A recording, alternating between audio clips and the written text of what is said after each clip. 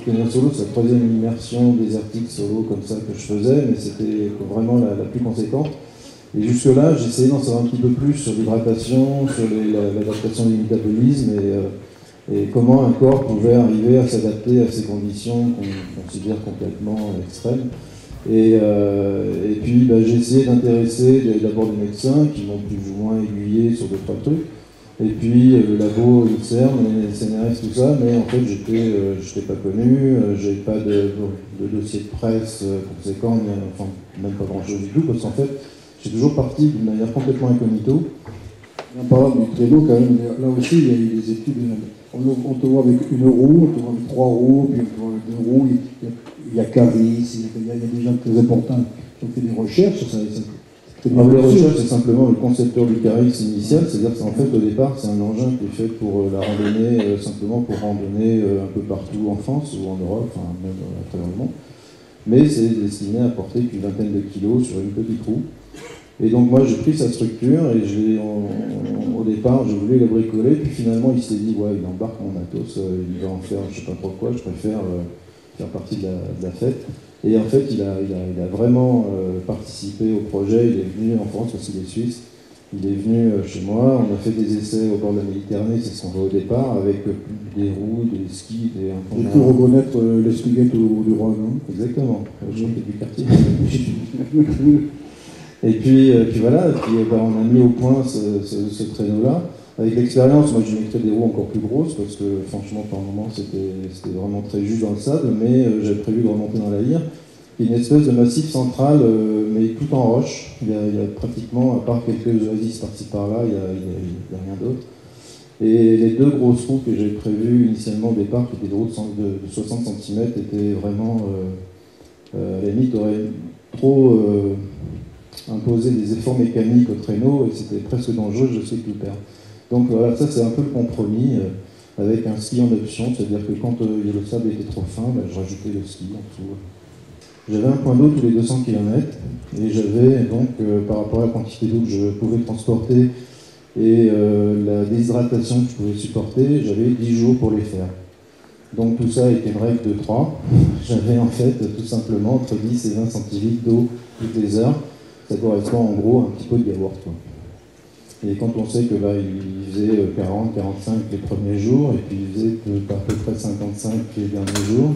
Au niveau de l'alimentation, c'est particulier de toute façon. Ça, c'est du mil concassé avec du fromage de chèvre séché et de la date séchée. Alors tout ça, c'est concassé dans un mortier. Et puis, avec un peu d'eau, on réhydrate tout ça, et puis on roule ça entre 2 paumes et on fait sécher ça au soleil.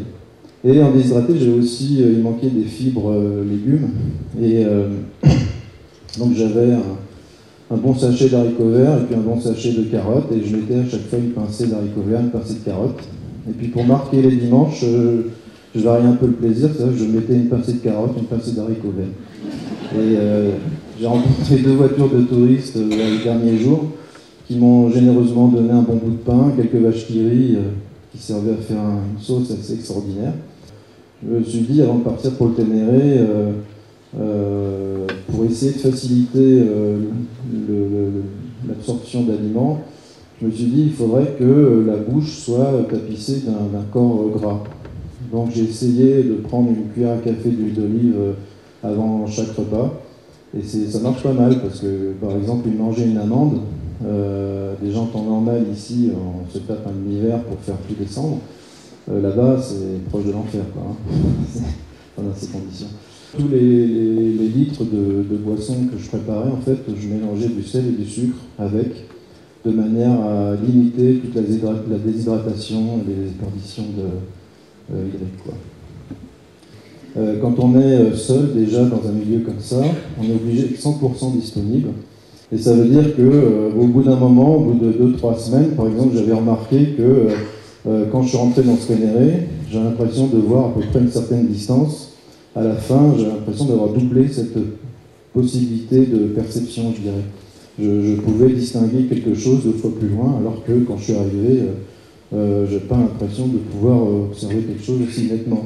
Simplement parce que, par exemple ici, je ne parle pas seulement des montagnes, mais on a toujours un obstacle à 5 mètres, 50 mètres, 100 mètres, 300 mètres. Là-bas, dans un désert, souvent, c'est environ 5 à 7 km. À un moment donné, je me souviens, j'étais assis et dans la hire, j'ai perçu une espèce de fennec qui passait, et au même moment, il y avait un peu de sable qui était tombé, qui avait glissé le long le bord d'un de mes pas. Et en fait, c'était un petit insecte qui passait, qui avait fait couler quelques grains de sable. Et au même moment, j'ai vu le fennec qui était à 200 mètres et les grains de sable qui étaient devant.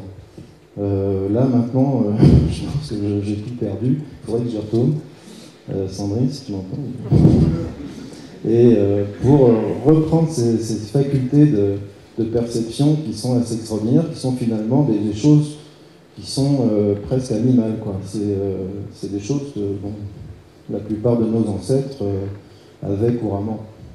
Dans la hire, c'est vraiment très très matriarcal, mais jusque assez loin, c'est-à-dire qu'en fait, tout ce qui est non féminin, c'est quelque chose qui est très riche, qui apporte la vie, qui est bienfaiteur, etc. Tout ce qui est masculin, c'est plutôt l'inverse.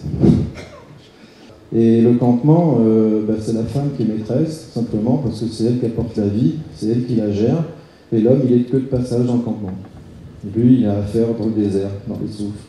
D'où toutes les poésies que les chameliers transportent, chantent, et puis quand ils sont de retour au campement, c'est les femmes qui chantent les histoires des chameliers, et voilà, ils n'ont pas téléphone et tout ça, donc ils transmettent le journal de 20 heures un peu comme ils peuvent, et ça marche vachement bien, et c'est assez sympa finalement.